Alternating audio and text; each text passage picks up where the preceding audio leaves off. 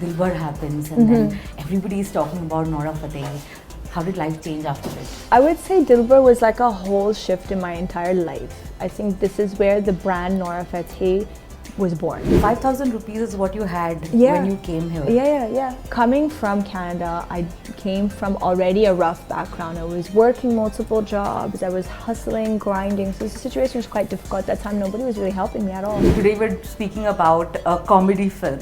Tell us, how did it all start? Were getting into films what you've dreamt of right now always on your bucket list? Everything that I'm doing today, be it singing my own songs, international songs, be it featuring with big international singers, be it being in films with respected actors and experimenting in my roles and being able to act in front of the camera. Hi guys, this is Nora Fatehi and you're watching me on Bollywood Hungama.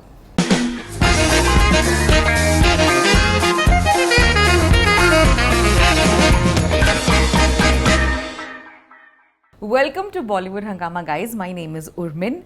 With her recent performance in Madgaon Express, she has made sure that you know she's here to stay, she's here to slay. Please welcome Nora Fatehi. Thank you. How are you doing, Nora? Good, how are you? I'm smiling because I'm just remembering scenes of Madgaon Express. Right? And like I want to go back and watch it again, and I think that it's such a tough thing to just watch a film and not a film like this and not keep laughing. I agree. Even I want to watch it again. It is a really good film. It's hilarious. It's a roller coaster ride. So much is happening. Everyone gets to be funny in the film. I feel that was the beauty of how Kunal wrote this whole screenplay. Yeah. And even how he directed it. And I got the chance to show my comedy side, which I've been dying to show for so long. Anyone who knows me knows I took to social media and kept doing comedy skits for so many years, YouTube, Instagram, even through my stories, just showing my funny side. I'm so glad I got to do it with Madgaon Express. I want to go ahead and say this, that women in comedy are a match made in heaven. Very few people know this. Especially situational comedies. Yeah. Like, you know, I'm not really a fan of slapstick comedy, but if comedy is written out in the most, you know, sometimes it's like a serious matter, but it's funny. Because you're like, oh, like life can really be funny sometimes, Absolutely. right? And then when you're put in these situations that are funny and you act out the whole thing, it's just, for me, that's the best comedy. Definitely. Yeah. Tragedy and comedy is something that we've seen. It happens to us, like some of the most weird situations we've been part of where we've cried. If we talk about it, it's just funny, right? Yeah. But when you're in it, it's not. But then later on, you're like, damn, that was funny. Do you have a favorite scene from the film? Yeah, I have a couple of favorite scenes. Hopefully people would have seen the film to know what I'm talking about. So one is when in the end he tells him main hu Nisha, right? And he gets shocked. That I thought was hilarious because I didn't imagine it the way they acted it out. And then when I saw how they're just sitting on that table, he's about to leave and he's pouring his heart out to him like, oh, I'm gonna go back to New York, I have this plan for Nisha and this and then he goes, boss, I'm Nisha. So he's faked this whole account for a year. I just thought it was so funny. I cracked up laughing, tears. That and also the whole warehouse section where they go inside the Kumri gang and they're playing women themselves and they enter the gang. Yeah. That whole sequence from the beginning when they enter the warehouse to the point where they try to get out is just so funny. Another one which is like subtle funny, but funny is when we were all in the car and I'm like telling Dodo that, you know, like how could you have done that, etc. You didn't let him speak, and then Avinash's character, his nose is bleeding, so like I'm doing this whole, you know, taking care of him, and then Dodo gets so jealous and he just there bursts an entire bubble where he's like, well, good, now you'll get back to your girl Nisha, your soulmate, your love, etc. So that was a really funny situation because he's Avinash is trying to be like, no, it's a long story. He goes, no, it's not, it's a short story, I'll tell it to you in 2 sentences. Boom. And then he just bursts the whole bubble. So everything was so funny. And I know your favorite part was when he throws me on the table. Oh my God. You know, we had an interview with Avinash after the release, and we were just discussing this particular scene, and Avinash was, you know, so proudly saying this, that how many people can actually say this? I have had a dream sequence where Nora Fatehi is thinking about me. Right, yeah. That, and also he chucked me on a table, now whole table broke. So I love the fact that we can show a girl having a dream sequence. Yeah. It's not, we don't usually see that in a film, it's rare. It's usually the guy having this crazy, out of this world dream sequence. But it's nice to see that this girl is like having this whole crazy thing going in her mind which doesn't even exist. But, absolutely. Now tell us, what is your idea of a Goa trip? If you had to go to Goa. My Goa trip is not like how most people see Goa. Like, I was with the boys, right? So they, whenever we were doing interviews and they were talking about their idea of Goa trip, it's like, you know, going with the friends, daru, babes, beach, ye hai, wo hai, all that stuff. That's not my idea of Goa. My idea of Goa is to go alone or with a friend or something to the farthest beach possible, and, you know, cute shack with good food, and just lay there tanning under the sun, swimming, having good food and sleeping. That's it. That is my idea of Goa, but like the farthest away beach possible. Yeah, so you just want to be by yourself, That's your thoughts, it. your people. Look at the beach, tan, that's it. That's my thing. It's so amazing. I mean, I don't know what number of interviews that I've done with you, but I love the fact that there have been interviews where I've done with you and Remo for a dance show. Yes. Then there is an interview that I've done with you for an action film. Today we're speaking about a comedy film. Tell us, how did it all start? Were getting into films what you've dreamt of right now always on your bucket list? Yeah, I mean, everything that I'm doing today, be it singing my own songs, international songs, be it featuring with big you know, international singers, be it being in films with respected actors and experimenting in my roles and being able to act in front of the camera, or doing songs in Bollywood films, or doing music videos, judging reality shows, being this public figure and just creating a brand out of my name. You know, the Nora Fatehi brand is how kind of I view myself. I've always imagined it. From day one, when I was sitting in my room in Yari Road, Andheri West in Bombay, trying to sketch out my plan and my vision for how I want to take on this journey of the 10 years of trying to make my career and make my dreams happen. I imagined it as, it's not going to be one-dimensional. It's going to be multi-dimensional. I'm going to be able to do so many things. People are going to remember me as my entire story, not remember me with a project. Like, my name is not going to be attached to a film always, or a success of a box office, or it is not what I wanted. I wanted to be a part of everything, but the name has to be bigger than the projects. That's kind of how I envisioned it. And I always envisioned that it's going to be like a step-by-step situation, you know. Like I always use this analogy of staircase, you know, and I always thought that's how my career is going to be. The journey of my career would be like a staircase, step by step, one by one. It's a slow process, but I always imagined it to be like that, for many reasons. One, because of my background, who I am, where I come from, not knowing people, not having connections, and then expecting so much, also expecting to do this and that and be accepted here and get work here and it doesn't happen so fast, you know. Some people's journey obviously is faster than others.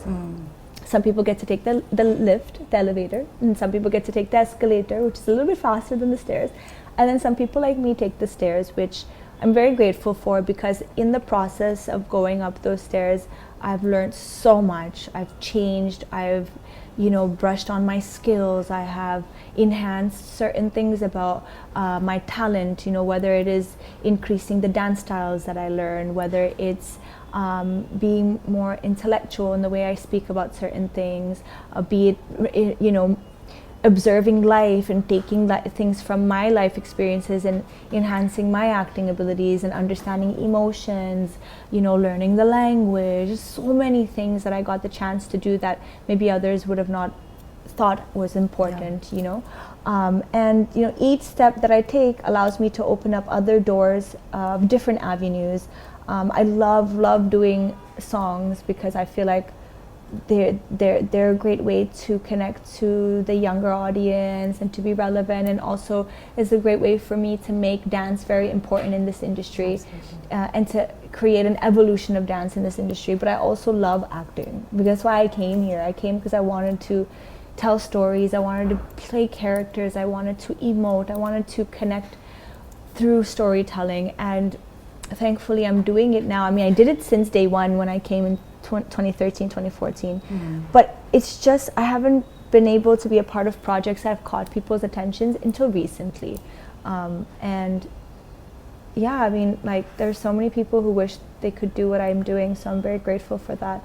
And now, thankfully, I've like the last 4 or 5 years I've been working on my singing career abroad. Yep. And I've invested a lot of time and a lot of my money into it, and now I'm seeing the fruits of the labors. I just signed a global record deal with Warner America and Warner Global. Thank you. That. And that's a huge deal. And they have their plan to make me a global music star. So what I was thinking that day in my room, sketching out my formula, all of these were a part of the plan. While I was coming for this interview, I was reading a lot about, you know, how you started off, and 5,000 rupees is what you had when you came here. Yeah. I know a lot of people are like, what? You came from Canada with 5,000 rupees? That's true. That's madness. What was that 5,000 like for you? Obviously everything, because look, I coming from Canada, I came from already a rough background. I was working multiple jobs, I was hustling, grinding, so the situation was quite difficult at that time. Nobody was really helping me at all. So whatever money I had for expenses, rent, taking care of, you know, people that were with me, and just living. So when I decided that I'm coming, that's it, I left everything. I left my car, the house we lived in, whatever money I had, I left it over there for the people who needed it. And then I just took that 5,000 rupees and I said, I'm leaving. And I came here and I wanted to start over and start a new life. And it's not like I had money and then, you know, I decided, no, I'm going to come 5,000. I never had money. I was living, I was financially low at that time also. And even when I came to India, so it's nothing new for me. I was used to it already. But the idea of coming to the other side of the world, more than just the money, because I always had this train of thought that money comes and goes. Like right now I have 5,000 rupees. I will work hard and get 10,000 rupees, 15,000. I never feared money or not having, lack of money. What I was thinking is always, how am I gonna elevate? How am I gonna grow? How am I going to achieve my goals? This is how I always used to think. I never used to think about, oh no, I have only 5,000, so I can't do this, I can't go there. I always found ways to figure things out for myself. So while you were figuring out, you know, and auditioning, and things were taking their own sweet time to reach where we are right now, were you also working on other jobs to, you know, get the income coming in? In India? Yeah. No. I mean, I don't think you guys have that culture here. It's not like Canada. Like in Canada, I mean, at that time before coming, I was doing everything. Like I worked as a waitress in shawarma places, and I worked at McDonald's at one point. I worked at a men's clothing store in a mall at one point. I was also performing at people's events, you know, amateur performances. I was a telemarketing associate. I did everything, and sometimes at the same time. That is quite normal back home. Like people always get jobs. You can go to school and have a job at the same time, right? Waiter or this or that. Here, I don't think it's like that culture is there yet. Like multiple jobs. That is a very Western thing, I think. But yeah, when I came here, I mean, my job was to go to auditions. That was my job, and hopefully you nab one and then you get paid for it. But it wasn't that simple. Like when I was with these agencies, and you're going for these auditions on a daily basis, every day, minimum 5, 6, 7 auditions. It's like gambling. You don't know which one you're going to get. Sometimes you'll go to 10 auditions and you get none. Sometimes you'll go to 20, you get one job out of them. So it was I wasn't prepared for that. So there's sometimes in interviews I say that I was quite naive about what my expectations are about coming. And then when I was on my way, I thought it was like, oh, you know, you've signed this international contract, modeling contract. Your work will come your way. It will be so nice. You'll get like a butler and a driver and a limousine. And I had this like fantasy of what this international modeling life would be. commercial modeling. Yeah. But no, it was literally like modern day slavery. It's exploitation to another level. You know, you're dragged around the whole. And we're talking about a city which is really expensive to stay in. Also, Yeah, you were living in what with it was a bit with like 8-9 girls, and they were all foreigners, like, which is something I wasn't used to living with. You know, I never lived with people like that. I always was by myself with my brother, and that was my life, you know. And then to come and throw me into a situation like that, and girls who obviously I didn't get along with at all. Yeah. That was the first time I experienced jealousy, envy, what a woman can do when she's jealous, what women can do when they're jealous, what extent they can go to remove you from the way, you know. And having to deal with that at such a young age and not prepped. I mean, I was never prepped for that, and anyways, it's crazy. I need therapy for that. It was too crazy. And then like hustling again, like I was like, oh my God, I was hustling in Canada and I left Canada and I came here just to hustle again. And, you know, being robbed by the agency, lied to by the agencies, bullied by the agencies. You know, you're forced to go to the job, but you don't get paid after the job. And they tell you, well, we're collecting your money until after your contract is over. Then when we send you back to your country, 90 days after, then we'll send you your money, you know. So I wasn't prepared for all that. And people are asking, well, then how did you pay your rent? How did you pay for your food? So they had a system where whenever you go to work, they collect the payments and they keep it to themselves, and then they pay the rent. And then they pay for the driver, and then they pay for the electricity bill or jo bhi hai, and then they give you 2,000 rupees and they say, here's 2,000 rupees, your pocket money, and you're going to live off 2,000 rupees for the next 1 week. And I mean, maybe for some people that's great, 2,000 rupees is great, but that time, now I'm thinking about it, it wasn't, because you had to buy groceries, and then you had to take care of yourself, your personal hygiene. You're expected to look a certain way at auditions, so your hair and makeup, your clothes, all these things, your rickshaw transportation whenever you had to roam around. So by the end of the week, we really had nothing left. So that's why how we lived was very simple: eggs, Nutella, bread. You know, these are the kind of things we ate. And then when you're living in a house with 8-9 girls, some of them are fucking crazy. Sorry, some of them are crazy, you know, they're effing crazy. They will go and eat your food when you're not around. Like, I had this one girl, she was so crazy, who lived with us. She would touch my eggs, my Nutella, and then when I come back from a shoot, I'd find my part of the food in the fridge is like half empty, and I'm like, who ate my stuff, you know? And it became this weird situation. Anyways, it's just a part of the hustle. I think it's just like, you know, it's building to a beautiful story, because with so many years of this beautiful things that happen to you and this amazing journey, Dilbar happens, and then everybody is talking about Nora Fatehi. How did life change after it? I would say Dilbar was like a whole shift in my entire life. I think this is where the brand Nora Fatehi was born. Yeah. This is the explosion. And with this wave that ended up happening, it was like, you know, like just picture a girl standing on the shore of an ocean, and then she sees a whole wave happening. I decided to ride on that wave immediately with all the plans that I've been planning for years, all the dreams I had. This is the moment I was like, okay, Nora, this is the time. I stood on that wave and I rode it, and I was like, yeah, we're gonna milk this moment. I went and ended up with the events I was doing, took that money, I went and produced my first ever single, Arabic Dilbar, as a singer, and opened up a new market for me outside of India. So you literally reinvested everything that was coming always, your way. every time. That's all I've done. Even like in hindsight, that 5,000 rupees that I came to India with, that was an investment too. It took whatever I had, and I left the country and started a new life with that. But I have that mentality of like, okay, I take from here and I put it back into something else, and I just invest in my dream.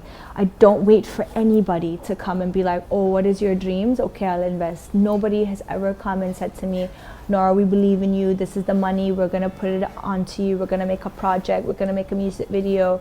Nobody's ever done that, and I never waited for anyone. Yeah. And I'm glad I never had the personality or the mentality to wait and expect from anyone. I don't expect nothing from anyone. And I think that's my advice to like upcoming artists and people who just want to make something out of their life. Never expect anything from anyone. and always try your best to invest in yourself with any money that you have. So whatever money I had, I did that. I really badly wanted to prove myself and to be known for more than one thing, like we were discussing in the beginning of the interview. But were you constantly only getting the same offers then? Yeah, I mean, that is by nature, that will happen to anybody, right? Once you're good at this thing, people are like, oh my god, call her for that. That's for any artist. Do you remember a very weird offer that you ever got? No, I never got like a weird offer, but they just become monotonous, and I have to like tell people, guys, like, you got to think outside of the box. You can't be, and I've spoken to some people in the industry in the past, where I'd be like, hello, like, do you not understand that when you do the same thing over and over again, you spoil the beauty of that thing, you know? I'm like, this is the problem with our industry. People don't understand this. One thing works, they're like, let's do it again. It could be anything. It could be a genre of a film. It could be a song. It could be a visual. It could be a dance. It could be a costume. It could be anything. This thing of like, do it again, thinking that it will keep working, but that's not how it is. The beauty of things go away, and then the audience knows what they're going to get, and you have to constantly surprise the audience. You can't keep giving them the same thing, because one thing that happens is overexposure, repetition, and boredom, you know. And if you're a true artist, and I consider myself a true artist, you're multi-talented, multi-dimensional, you have a lot to offer, not just one thing. So when you allow yourself to be typecasted, and you give them the chance to typecast you, it's like you're digging your own grave for your career, and I didn't want that to happen. So while I'm trying to convince people in the industry to not typecast me, I was like, okay, let me open up other avenues of my career, and then instead of sitting and waiting at home until they realize that I have more to offer, let me do other things on my own. So opening up a different market outside of India, working on my international singing career with my international team, which thankfully ended up being successful for me, because I followed it up with building my YouTube channel, my independent YouTube channel, putting out my music videos there, earning money from there, earning views from there, and respect from the international community, to the point where I ended up being called to sing the FIFA World Cup anthem and then perform at the closing ceremony. Had I not invested in my songs, my own music videos, my own songs as a singer, they would have never thought that I was capable of even singing. They would have never even, I would have not crossed their mind. And I'm glad I was able to go from the girl who just performs in a song, in a music video or in a film song, to actually that is her song. She sings it, she dances, she's doing everything in it. So I ended up breaking that immediately after Dilbar, simultaneously working on convincing people to write roles for me, or at least offer me roles, even if it meant I had to audition 6-7 times. I did it still. Even though I became a name after Dilbar, I still went to auditions, I still met people, I still tried to convince them.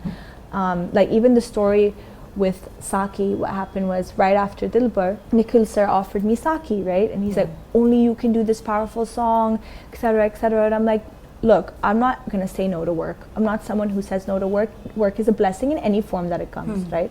And there are thousands, hundreds of thousands of people who would wish to be in my situation. And there are a lot of A-list actors who wish to do big songs, right?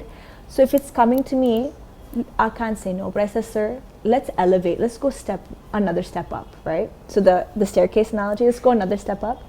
Write a role with that song. Even if it's 3 scenes, just do it. I'm like, do it and let me perform just a little bit so that we can go up. Let's not stay here.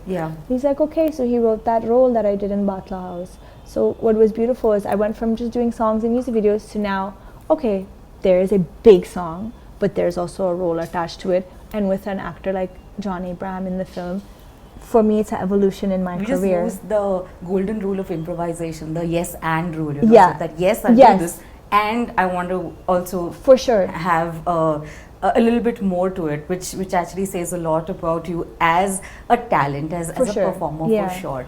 What about your friends? Can you right now be at this place where you can differentiate between real and fake friends? I definitely can, but I don't have new friends at all. Like the friends that I have are all from my childhood, from my high school, and they're still my friends today, and they're the ones you see on my social media, my stories, all that stuff when I meet them once a year. It's weird. I feel like we're stuck in a time zone of when we were in high school. We've not come out of it. We're still there in our minds, so we're still together, tight knit.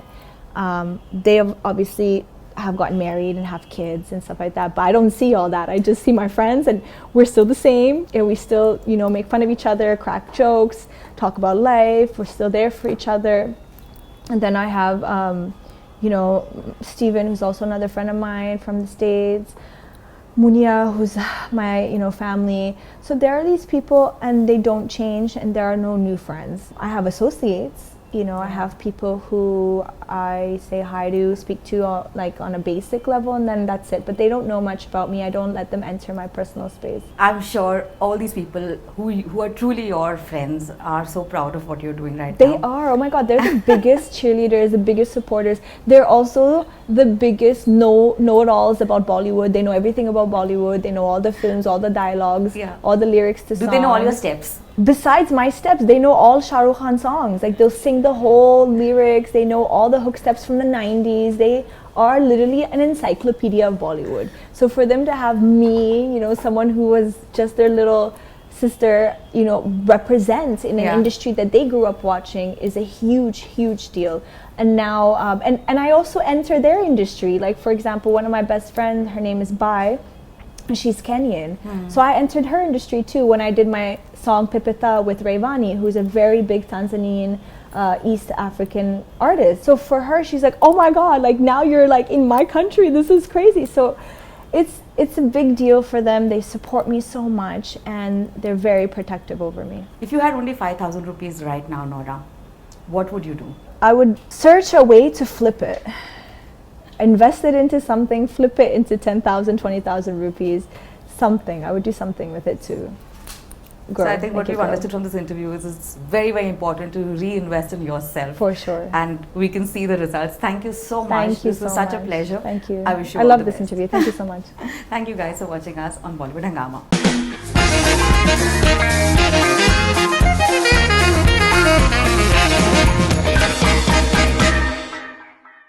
Hi guys, this is Nora Fatehi, and you're watching me on Bollywood Hungama.